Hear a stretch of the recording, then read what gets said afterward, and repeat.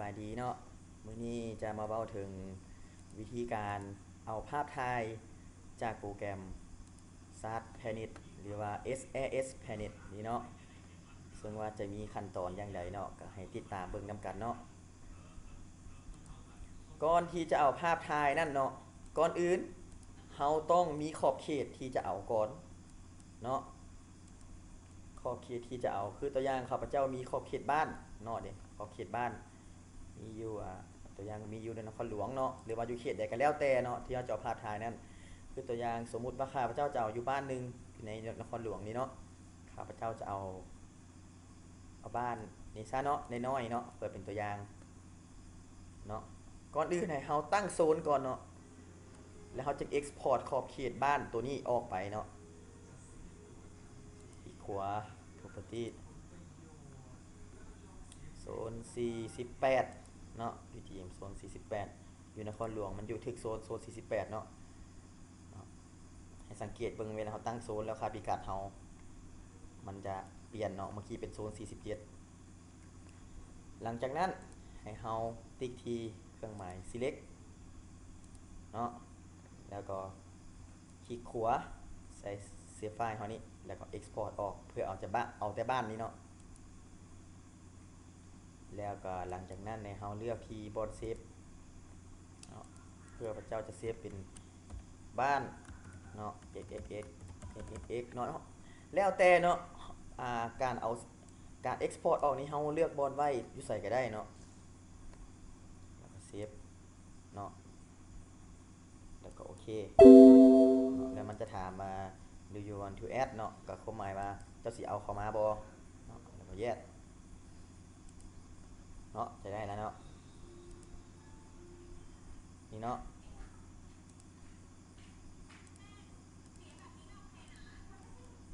หลังจากนั้นแม่นให้เฮาเปลี่ยนตัวนี้เนาะเซฟไฟล์ตัวนี้ให้ไปเป็น KML เพื่อจะเอาเข้ามาในโปรแกรมนี่เนาะให้เฮาเข้าไปที่ Arc Toolbox เนาะแล้วเข้าไปที่ Conversion Tool เนาะ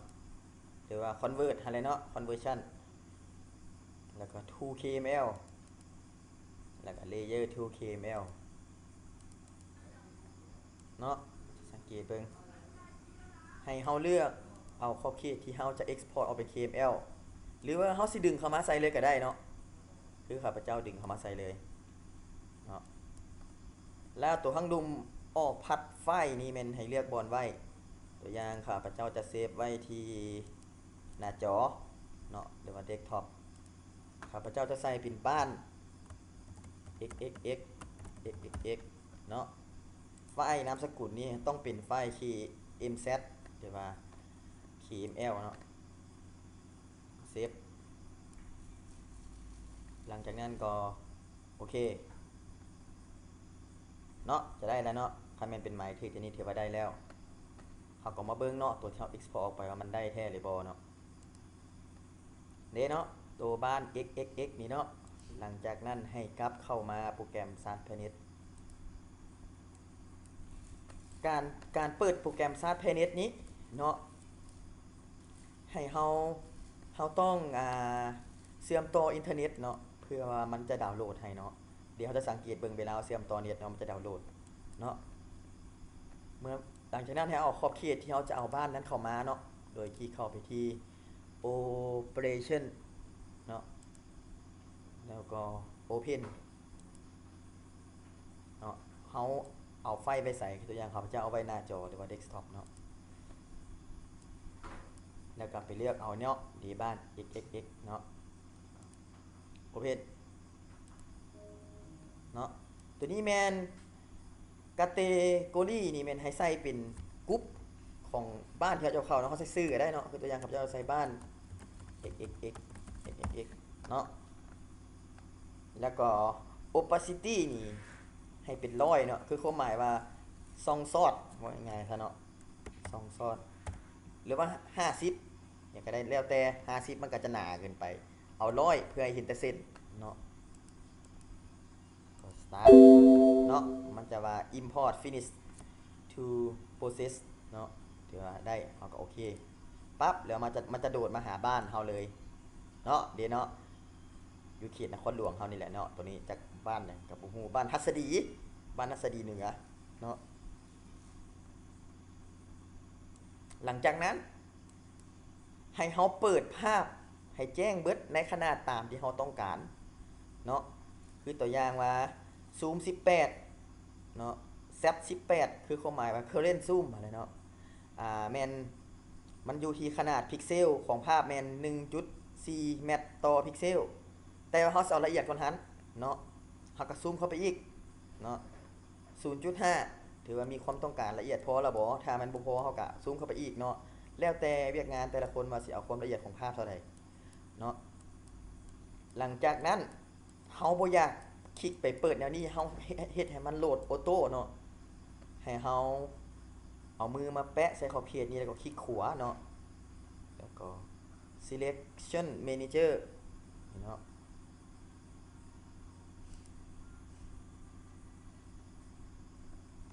เนาะตัวนี้ให้เป็น Bing Map หรือว่าเราสิโหลดเอาเป็น Google ก็ได้เนาะ Satellite Google Map นี่ก็ได้เนาะส่วนหลายภาพถ่ายที่ใช้อยู่ในโปรแกรมนี้เป็นได้2อันเนาะคือ Bing Satellite แล้วก็ Satellite Google Map เนาะคือตัวอย่างข้าพเจ้าจะใช้ Satellite Google Map ก็ได้เนาะเนาะหลังจากนั้นเนาะเฮาคลิกเข้าที่ดาวน์โหลดนี้เพื่อจะให้มันโหลดออโตเมติกเองโดยเฮาบ่เลื่อนไปเอาเนาะคือตัวอย่างเฮาจะโหลดอยู่ 0Z Sound เฮาต้องมากดที่ Z Sound เนาะนี่เนาะมันจะมีว่าความละเอียดของแผนภาพที่จะออกไปเนาะหลังจากนั้นให้กดที่ Start ตัวนี้แม่นเฮ็ดให้มันโหลดภาพเองเนาะเฮาบ่จำเป็นต้องเลื่อนไปแต่เลื่อนซ่องหาเนาะถ้ามันสำเร็จมันจะขึ้นคำว่า the text is completed เนาะ compress อะไรเนาะเดี๋ยวมัน complete ที่มันแล้วนั่นแหละเนาะกดออกเมื่อเวลาเฮาโหลดภาพแจ้งเบิดแล้วเนาะในซูมซาวนี้เนาะเฮาก็จะเอาภาพถ่ายอยู่ขอบเขตที่เฮาโหลดนี้ออกมาใส่โปรแกรม ArcMap นี่คืนเนาะวิธีเอาออกก็คือให้เฮาคลิกขวาแบบเก่าคือตอนเฮาโหลดนั่นแหละคลิกขวาใส่เนาะแล้วก็ select manager แล้วมาเข้าที่ Stitch Text นี่เนาะแล้วให้เลือกนามสกุลเฮาสิเอาเป็น JPEG ก็ได้เอาเป็น ECW ก็ได้เนาะ ECW มันจะเบาเนาะภาพเนาะถ้าเป็น JPEG มันอาจจะหนักเนาะให้เฮาเลือกเอา ECW เนาะแล้วขนาดซูมเฮาต้องเอาขนาดซูมตามที่เฮาซูมตามที่เฮาโหลดท่านเนาะแล้วก็ quality นี่ให้ใส่เป็น100เนาะ 100% ตัวนี้เนาะแล้วก็ตัว W .W นี่ให้ติ๊กเอาเนาะ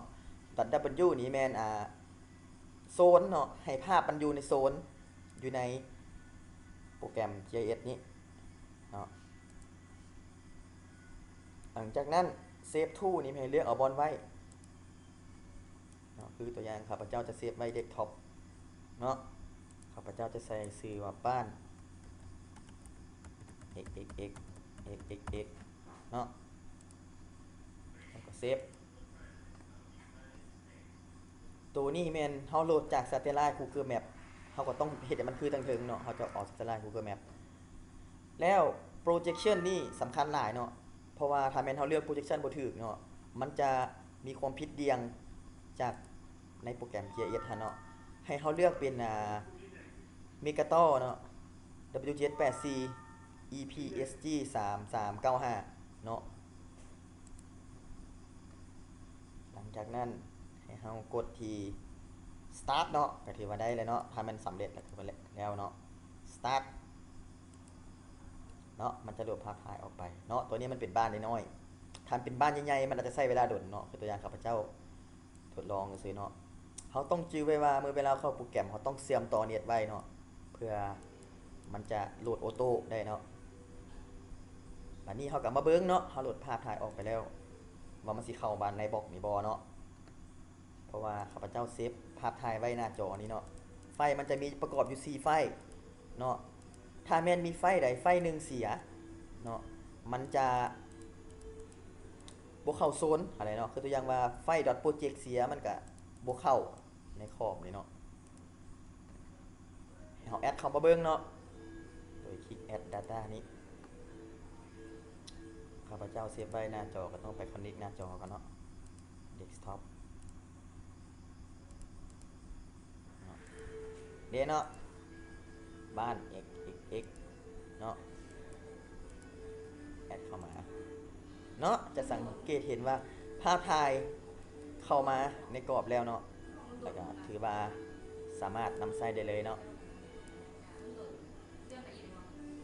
มาวันนี้ก็ขอขอบใจเนาะสำหรับวิดีโอที่ว่าติดตามเบิ่งเนาะในการโหลดภาพถ่ายจากโปรแกรม Sart Planet เนาะเพื่อมานำใช้เนาะก็ขอขอบใจ